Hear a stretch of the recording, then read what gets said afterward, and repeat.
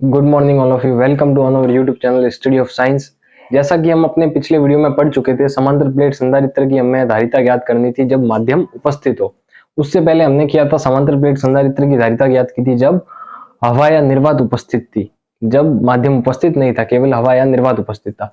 तो अब हम वापस समांतर प्लेट संधारित्र की धारिता ज्ञात करेंगे जब परावैद्युत माध्यम आंशिक रूप से भरा हो। आंशिक रूप से भरा होना मतलब आधा भरा होना। ये आधा माध्यम भरा है तथा आधी हवा भरी हुई है। तो एक बार मैं आपको डायग्राम बना देता हूँ। जो संधारित्र है उनकी दो प्लेट है, उसके बीच में आधा तो माध्यम भरा हुआ है आंशिक रूप से, यानी आधा या कुछ मात्रा में आंशिक रूप से, और बाकी के पार्ट में जो है वो हवा है। तो ये हमारा संधारित्र है, संधारित्र की प्लेटें है। इस प्लेट को हम सुचालक तार से आवेशित करते हैं और प्लस क्यू आवेश देते हैं। ये आप सबको बताया वो ये कुचालक स्टैंड है। यहाँ पर भी हम कुचालक स्टैंड जोड़ेंगे, इसको भू संपर्कित कर देंगे। इस प्लस क्यू आवेश को देने पर यह इसके बाहरी पृष्ठ पर समान रूप से फैल जाएगा। यहाँ पर माइनस चार्ज हो जाएगा विद्युत प्रेरण आवेश के कारण या प्रेरण द्वारा आवेशन के कारण, और इसके बाहर की तरफ ऑपोजिट साइड में दूसरा आवेश यानी पॉजिटिव आवेश आ जाएगा। अब इसके बीच में माध्यम भरा हुआ है। माध्यम कुछ भी हो सकता है, कांच की स्लैब हो सकती है, अभ्रक हो सकता है, कुछ भी हो सकता है। इसमें भी इसके कुछ होंगे कण माध्यम के। ये भरा हुआ है और यहाँ पर ये जो जगह दिख रही है यहाँ पर वायु भरी हुई है। तो इसके बीच का जो पूरा डिस्टेंस है वो है डी। ये डी है इन दोनों प्लेटों के बीच का डिस्टेंस। अब ये जो केवल माध्यम भरा हुआ है, जिस जो माध्यम है वो है, उसका डिस्टेंस है केवल टी। यानी डी में से अगर टी माइनस करे तो हमारे पास केवल वो वाली जगह आएगी जहां पर वायु भरी हुई है, वायु या निर्वात की स्थिति है, वो वाली जगह, यानी ये वाली जगह आएगी। और यदि टी देखे, केवल टी वो जगह जहां केवल माध्यम उपस्थित है, केवल माध्यम भरा हुआ है। तो ये एक बार आप डायग्राम नोट कर लीजिए, उसके बाद हम आगे बढ़ते हैं।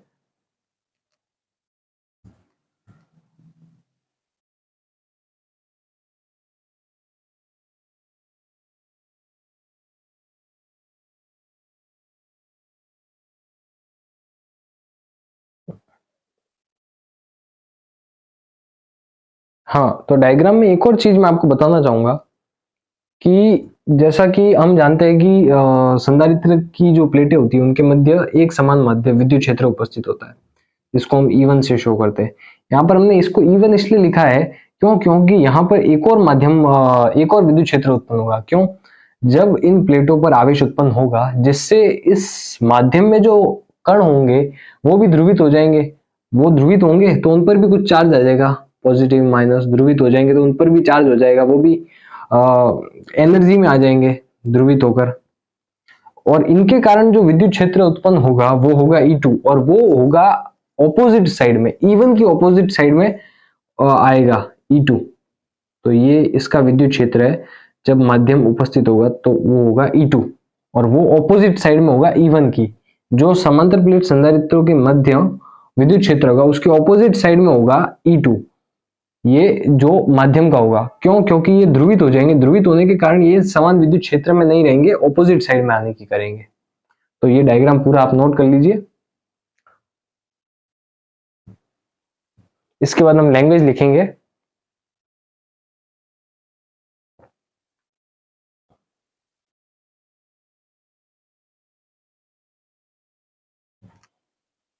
आपको यहाँ पर दिख नहीं रहा हो तो मैं बता दूं, ये पॉजिटिव और माइनस है, एक प्लस है और एक माइनस है। यहाँ पर भी plus minus plus minus plus minus ध्रुवित होते हैं तो आवेश आ जाता है।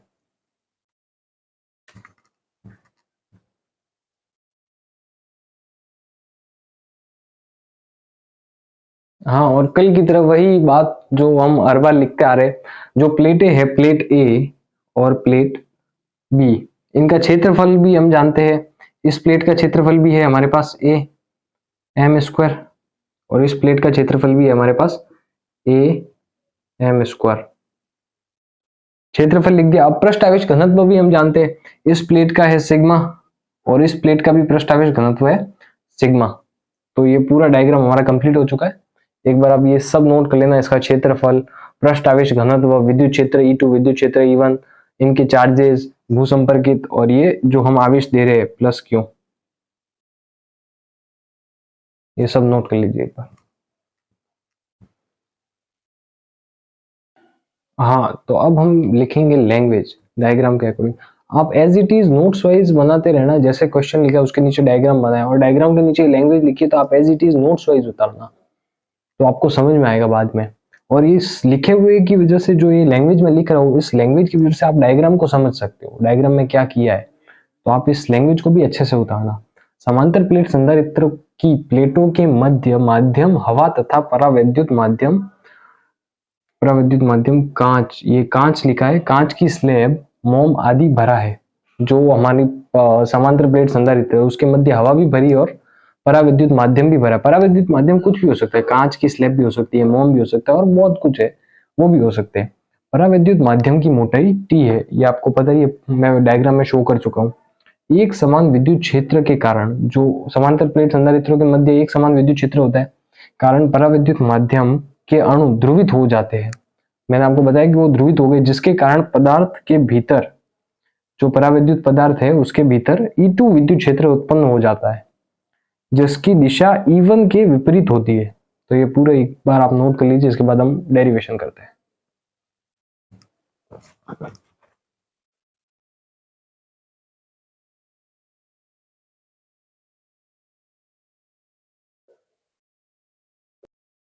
हाँ, तो अब हम बढ़ते हैं हमारी डेरिवेशन की तरफ।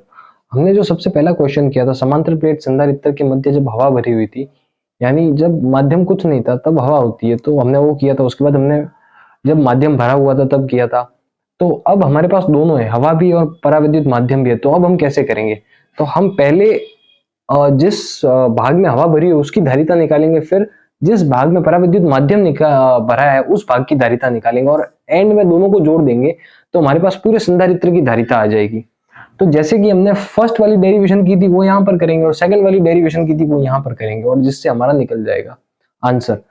क्यों? क्योंकि हवा वाली डेरिवेशन सेम टू सेम है, जब हवा उपस्थित हो और जब परावैद्युत माध्यम उपस्थित हो उसको, और लास्ट में दोनों को जोड़ देंगे तो पूरी धारिता निकल जाएगी। आधी धारिता इससे और आधी धारिता इससे निकालेंगे, दोनों को अलग अलग निकालेंगे तो हमारी डेरिवेशन अच्छे से होगी।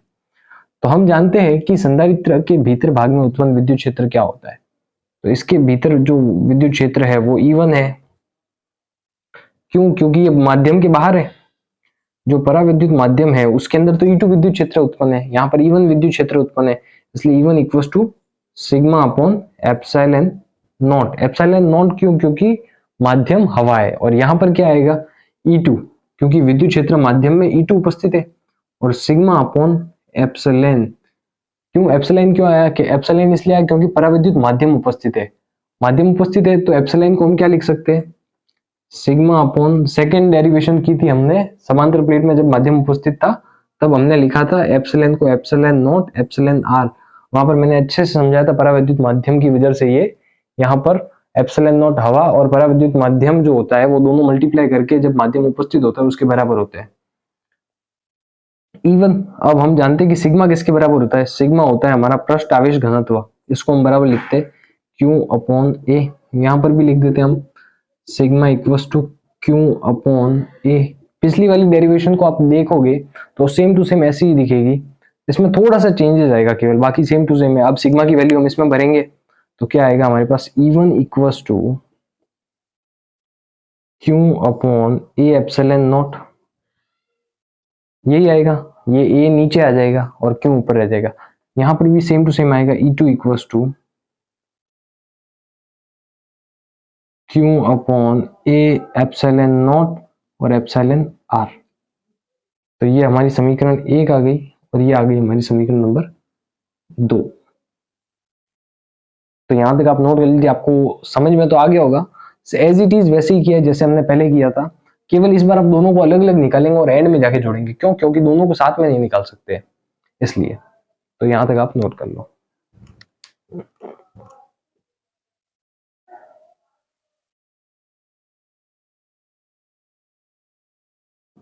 हाँ, तो अब हम हमारी डेरिवेशन में आगे बढ़ते हैं। हमें एज इट इज पहले की तरह ही डेरिवेशन करनी है, बस इसमें हमारी जो डिस्टेंस है वो बदल जाएगा। मैं आप पर एक बार आपको समझा देता हूँ सही से। ये जो है ये हमारा संधारित्र है, इसके मध्य यहाँ पर माध्यम उपस्थित है, ये प्लस प्लस प्लस,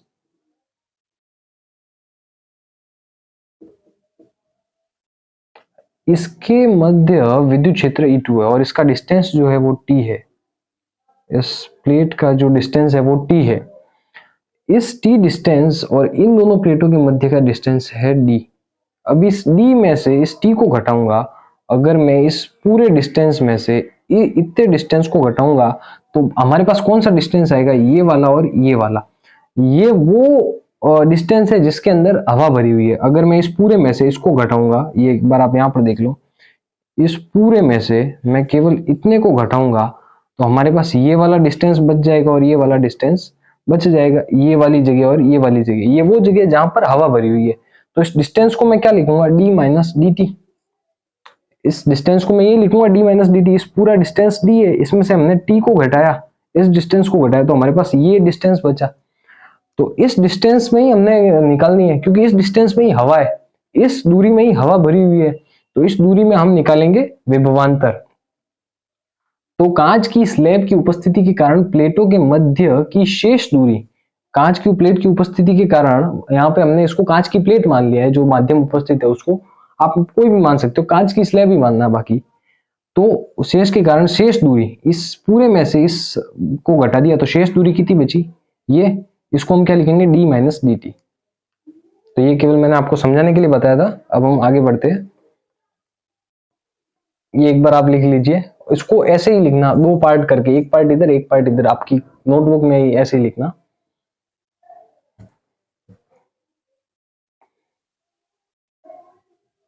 तो अब हम आगे बढ़ते हैं।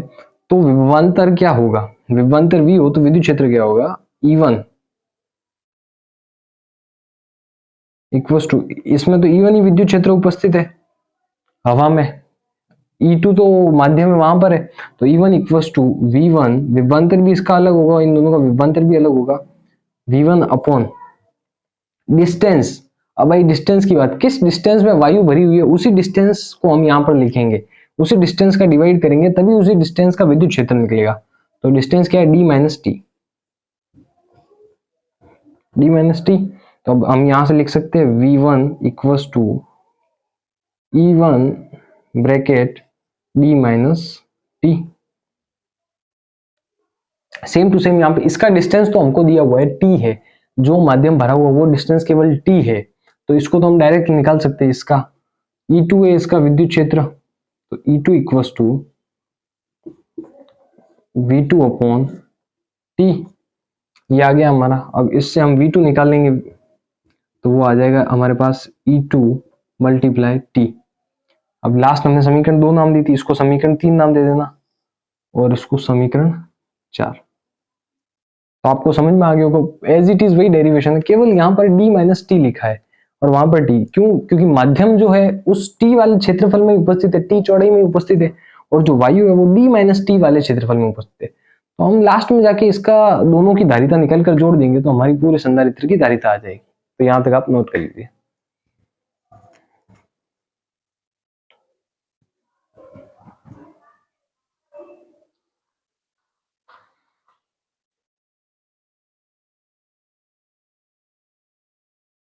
हाँ, तो अब हम निकालेंगे कुल विभवांतर के दोनों प्लेटों का मिला के, दोनों प्लेटों के मध्य कुल विभवांतर क्या है।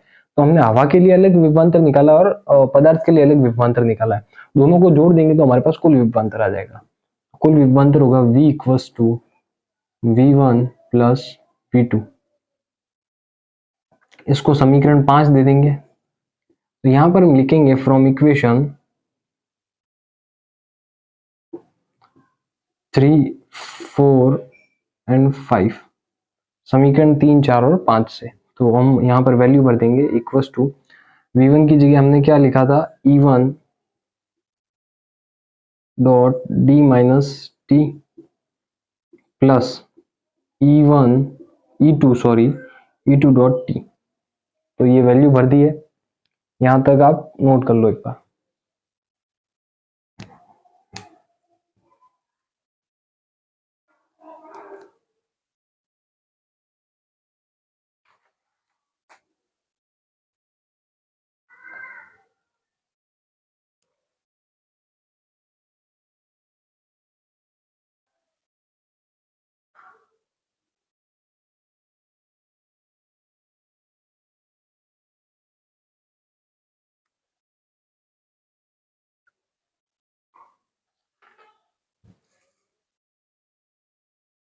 हाँ, तो इसको समीकरण हम 6 नाम दे देंगे। यहाँ पर हम थोड़ा भूल गए थे पहले, मैं करना भूल गया था। E1 और E2 की वैल्यू हमको पहले रखनी थी, पर कोई बात नहीं, अभी रख देंगे। तो हमने जो समीकरण नाम दिए E1 और E2 को, तो वो 1 और 2 है। तो फ्रॉम इक्वेशन 1, 1, 2 एंड 6, तो यहाँ पर हम वैल्यू भर देंगे। V इक्वल्स टू E1 की जो वैल्यू थी Q upon A epsilon not D minus T, plus E2 की जो वैल्यू थी वो आप जानते ही है, Q upon A epsilon nought epsilon R into T। तो यहां तक आप नोट कर लेना, इसको समीकरण 7 नाम दे देना। ये हमारा कुल विभवांतर निकल चुका है।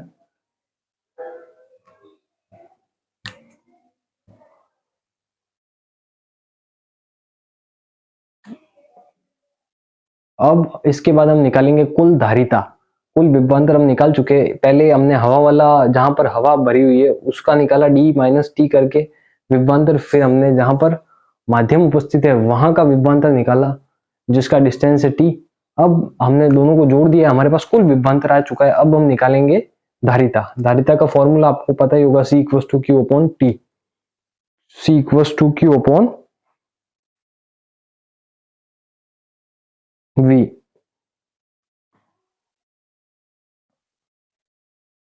हाँ, तो संधारित्र की परिभाषा से संधारित्र का फॉर्मूला हम अप्लाई करेंगे, C equals to Q upon V। Last हमने समीकरण क्या नाम दी थी, आई थिंक 8 दी थी। इसको आप समीकरण 9 दे देना, या 7 दी थी, 7 दी होगी तो इस समीकरण 8 होगी। समीकरण 8, समीकरण 7 व 8 से फ्रॉम इक्वेशन 7 एंड 8। अब V की वैल्यू हम यहाँ पर भरेंगे। V की वैल्यू क्या थी, C equals to Q upon A epsilon nought bracket D minus T plus Q upon A epsilon nought epsilon R into T। ये हमारे पास वैल्यू थी। अब इसमें से हमारे पास कुछ कॉमन आ रहा है, Q अपॉन एप्सिलॉन नॉट, यहाँ पर भी A एप्सिलॉन नॉट, यहाँ पर भी Q upon A epsilon nought, यहाँ पर भी। तो इसको हम कॉमन निकाल लेंगे, C equals to Q upon A epsilon nought bracket, यहाँ पर बचा D माइनस T और यहाँ पर बचा T अपॉन एप्सिलॉन R, ये बचा इसके नीचे, plus T upon epsilon R। तो यहां तक आ चुका है हमारा डेरिवेशन। अब इसके आगे हम यहां पर करेंगे, तो यहां पर C इक्वल्स टू क्यों, अब इसको मैं ऊपर भेज देता हूं।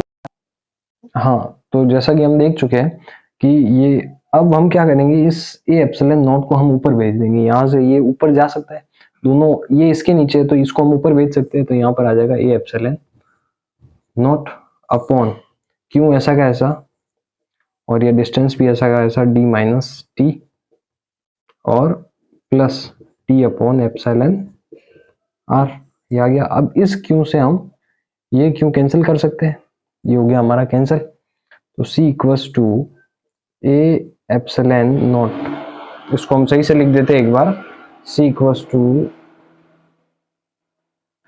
A एप्सिलॉन नॉट, यहाँ पर आ गया हमारा A एप्सिलॉन नॉट, और Q से Q हमारा कैंसिल हो चुका है। तो ओनली डिस्टेंस आएगा, पहले तो आएगा D माइनस टी और फिर आएगा हमारा plus T upon epsilon R।